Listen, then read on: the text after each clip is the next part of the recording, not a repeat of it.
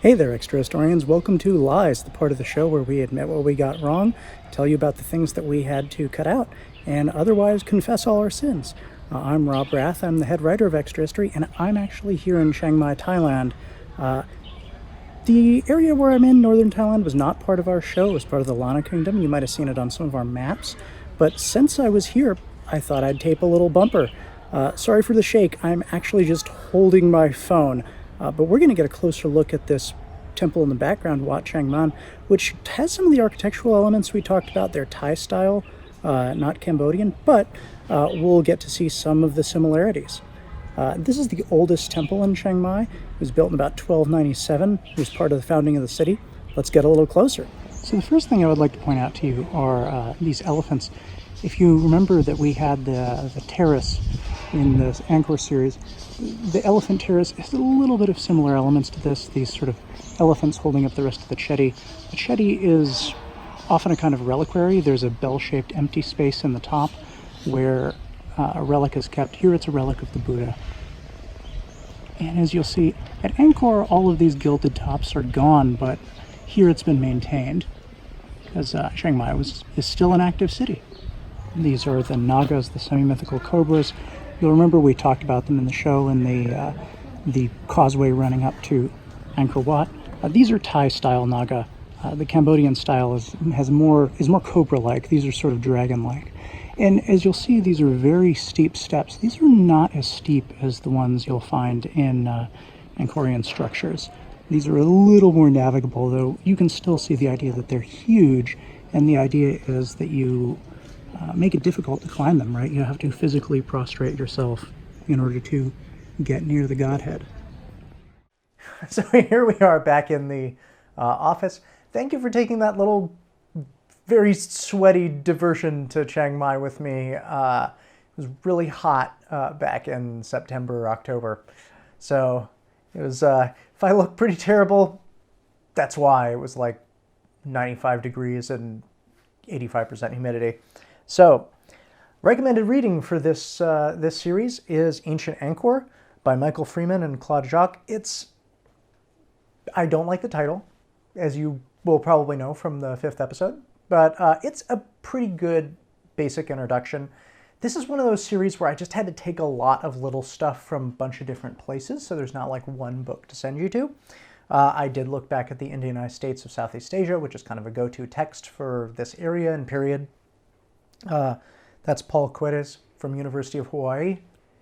And there's some good National Geographic Smithsonian documentaries, particularly the ones that have reconstructed Angkor Wat, that were very helpful in creating the visuals for the series, which are so important and so incredibly done by Nick.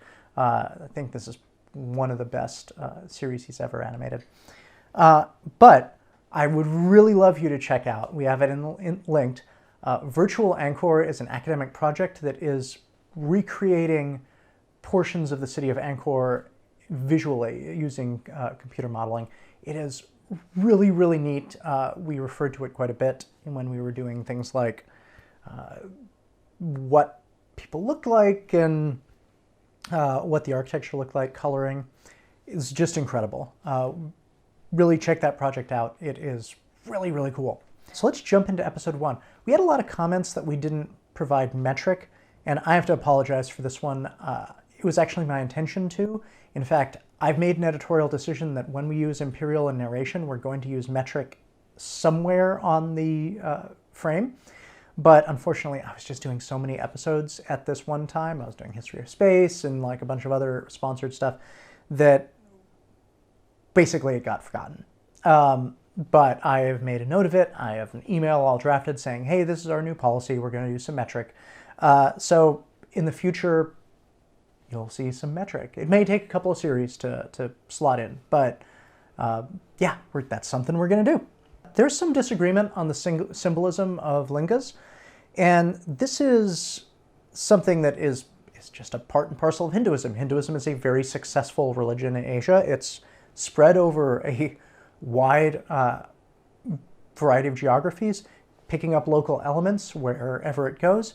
Because, as we said, it's a pretty expansive religion. Like, you can fold a lot of stuff into Hinduism that involves local beliefs and things like that. So we mentioned that a linga was a penis. This is something that is encountered much more frequently in Southeast Asia than it is, say, like South Asia, India. There are other interpretations. In fact, I think we put on the frame there. This is one interpretation of many. But we had a really good comment about that. It's a common misconception. The Sanskrit word linga or lingam means symbol.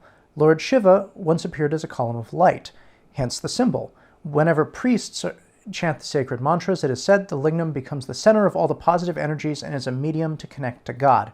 It boosts and spreads positive aura.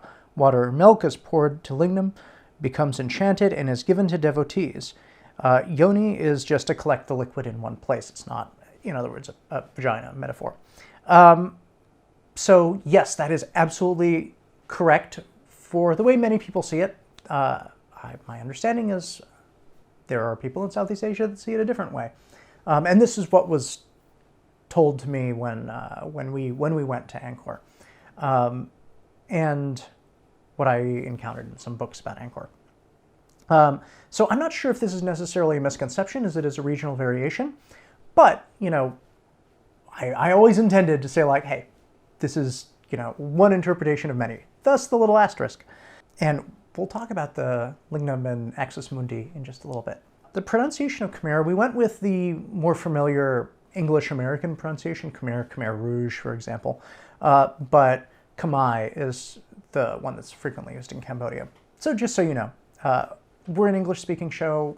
We will often go with the thing that is more familiar to our audience, and which is, a little silly to say, right? Because our audience is global and multilingual. But if we use a term that is not familiar for our majority English-speaking audience, we would have to remind everyone why we're using that term and what that term means in every episode, because believe it or not, there are actually people who do not watch our episodes in order.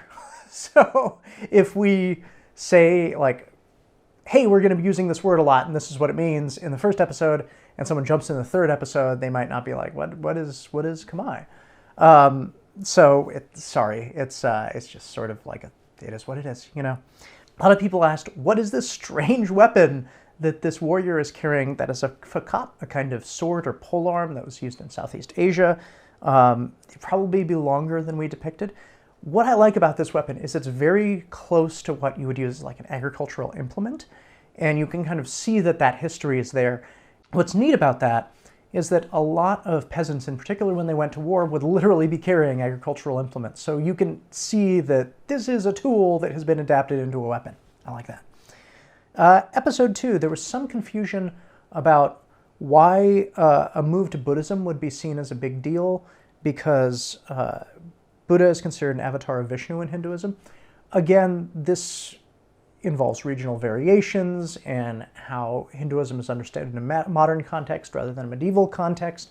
It could have been different then. We don't wholly know, again, because we're extrapolating a lot from archaeology, from oral history, from some scattered records we have, and like one ambassadorial visit by a Chinese diplomat.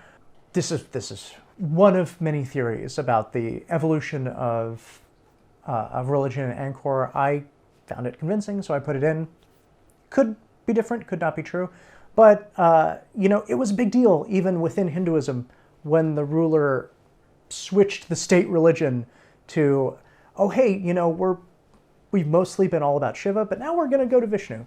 So that was a big deal. So then changing it to Buddha was, again, I think it would probably have some kind of political effects. But this brings us back to, Hinduism having a wide variety of interpretations. And, this was a long time ago. It might have been different from what we think today. No accident we followed this series with Akhenaten, who tried to, do religious reforms and support them with art and basically failed. So it's sort of a little bit of parallelism there. Let's talk about the axis mundi. So an axis mundi is a point where spiritual energy is focused. It's basically an axis of the world, where the world turns around, some major spiritual node. This is a concept in religious studies. Nobody's saying like, oh, I'm going to go to the Axis Mundi and, pray. Like in a small village, the one church might be the Axis Mundi. For Muslims, the Dome of the Rock might be an Axis Mundi. It's this idea of like a place that is the center of spiritual life, and there's a sense that this is the center of a community or a religious world. And you can have multiple ones within a single religion. But this goes into the Lingam, because that description I read is very similar to what you would say about an Axis Mundi. And one of the things I wanted to talk about is, in this series, is how we create sacred space. And one of the things that Yasovarman was doing when he built Angkor Wat was creating an Axis Mundi. Like, this is the new spiritual center of the Khmer world.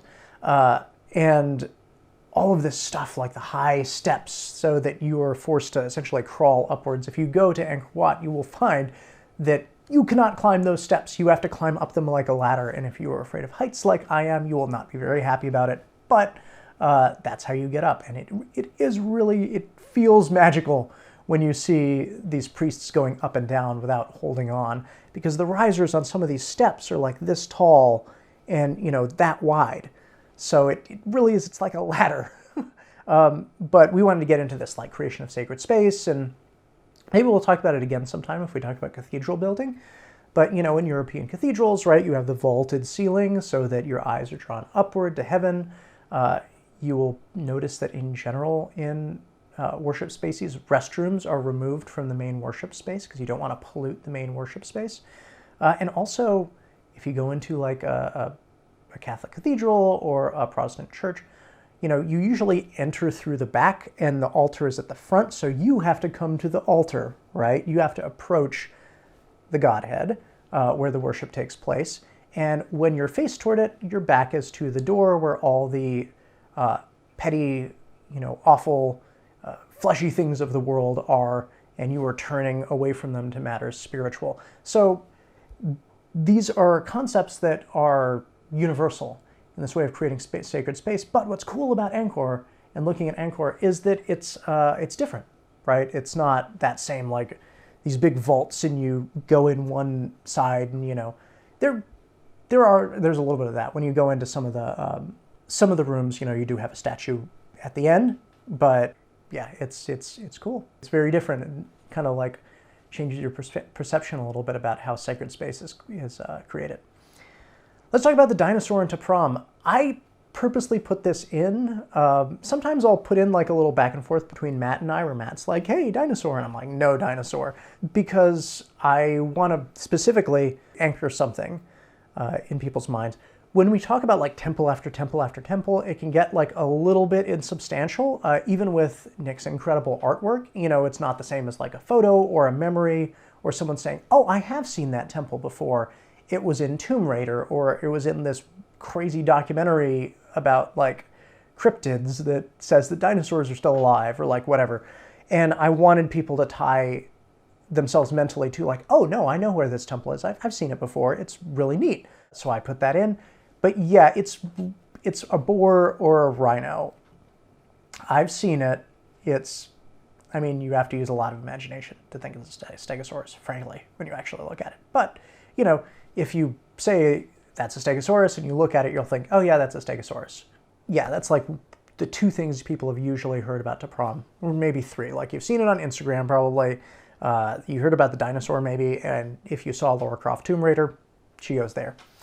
Episode 4, there was this really good and really extensive comment about the Tonle Sap Lake, what we called the Great Lake, because we try to not use quite so many proper nouns, and water management, and how makes the Mekong the only major river in the world that reverses its course in certain times of the year, which we mentioned, but we didn't say it was the Mekong, and how important it is to the region. When I went to Cambodia, I went and toured the floating villages, and yeah, it's very important to the region. I wish we could have talked a little bit more about it. If it's possible, I might actually link this comment because it's really interesting about like things that are going on and how UNESCO is trying to preserve the biosphere, and there are plans to pump from Tonle Sap to like help with the water problem, and how like the increasing tourism in Siem Reap has put a lot of stress on the natural environment, and, you know, really urging people, just please, if you go, do not litter, especially do not throw your trash in the river, because people live on that river and, you know, depend on it for their lives. We're just going to link that because if I read it, it would take me 10 minutes, but it's a very cool, interesting comment. Episode 5. There were some people who mentioned that the French could be seen as protecting these statues that they were taking. In some limited capacities, that could be not necessarily true, but that could be argued. But the vast majority was pretty much just straight up looting. I mean, we're not talking about archaeologists like taking them out. We're talking about people literally just like lopping the heads off these statues and like taking it home to put on their shelf or in their back garden, or, you know, to put in the Louvre. So there are examples of French archaeologists who did good things for the site. For example, covering it with sandbags. I went to one temple that was fairly well preserved, and the guide was like, well, that's because the French archaeologists trucked in a bunch of sandbags and essentially just built a hill around it during the Civil War because they knew it was going to be really bad and probably there would be a lot of damage to the temples.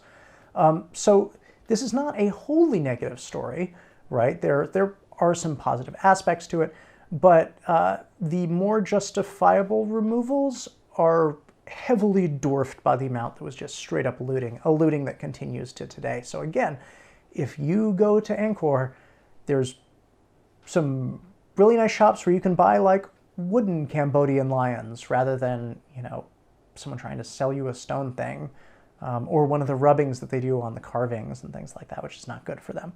Again, like, it is a more complicated story, but overall, and a lot of that stuff that was taken for protection like hasn't come back, you know, so but yeah, there is a major effort to try and protect and keep stuff in country. A lot of times when people discover things in their backyard, UNESCO or some other organization will come in and basically pay them and just be like, please do not sell this. You know, I know that you could make more money than you ever have had in your life by like selling these things to, you know, foreign gangs of artifact smugglers, but please just don't do that, and here's some money and here's some development aid so that you don't. One person pointed out that Angkor was not a part of Cambodia when it became a French protectorate. It became so later when the French annexed land from Siam and gave it to Cambodia. This is true. They always kind of had their eye on Angkor, though. One of the reasons they went into the region is they wanted access to it. So because we have a lot to cover in like a 9 or 10 minute episode, this little kind of blip got skipped. Always intended to talk about it here, but thank you for writing a good comment that I could just flat out read out. Someone mentioned tree management at Prohm, that when they went, someone just described that there's a chemical that's injected into the trees and it keeps them from growing more but doesn't kill them. As far as I've seen, this is true, and I think there's also some trimming that goes on. But yeah, it's a constant battle to kind of like keep Prohm in this state where it's half jungle and half stone. It is unbelievably beautiful. It's my favorite temple. And, you know, it is to a certain extent like a little bit of like a natural Disneyland, in that it's like people were like, Angkor is a lost city, and they came in and saw this temple that looks like what you would imagine a lost city looks like.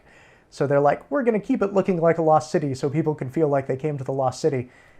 That element of it is true, but also it is this sort of like incredible accident of nature blending with human artwork in a way that is just really stunning and incredible. And I was just blown away when I went there. I mean, you hear and I'm not immune, right? Even knowing the stuff about like Lost City and Myth of the Lost City, I'm not immune to it, right? Like I'm walking through hearing the map room theme from Raiders of the Lost Ark in my head. But it is amazing. Go to Angkor if you can. And also to Misan and Ayutthaya, which are very neat and less well known. Misan, unfortunately, very badly damaged during the Vietnam War. Ayutthaya is like Not as famous because it's like in the middle of the city. You don't get the lost sense of like this lost city thing because you are like staying in your bed and breakfast and look out your window and there are the temples. It's very cool. At some point, we will talk about the Thai kingdoms and talk about why there's a rooster on my desk and why a rooster is a big deal for Ayutthaya. And the Civil War where two brothers dueled on elephants and killed each other with glaives at the same time, because that's so amazing. All right, so next up on Extra History, next week you're going to get to hear about Jonathan Wild, who is one of my favorite characters in history because he's so weird and bizarre and amazing and also very awful, very, very awful person. In Policing London, which is not a series about like the development of the Metropolitan Police Service. It's all the stuff that like walked up to the Metropolitan Police Service. We'll get there in episode 5 with Scotland Yard, but mostly we're doing like all the semi-failed experiments with policing that happened before that. After that, it's the Haitian Revolution, and just voted through The Travels of Ibn Battuta, which is going to be amazing. I get to tell you about him getting arrested by the Mad Sultan of Delhi and threatened with execution elephants. If you don't know who this guy is, he's a Muslim traveler who basically went around the entire Islamic world in the 1300s from North Africa, like all through Eastern Africa and China. If you want to see his Mali section, we already did that in the Empire of Mali, so we're probably not going to go to Mali. All right. Walpole fact, got to do this real quick. Henri Mahut was the French naturalist who popularized Angkor. Napoleon III declined to fund his expedition, so he went to the Royal Geographical Society in London, which was formed in 1830, absorbing several previous organizations, including the African Association, which was formed to promote exploration in Africa.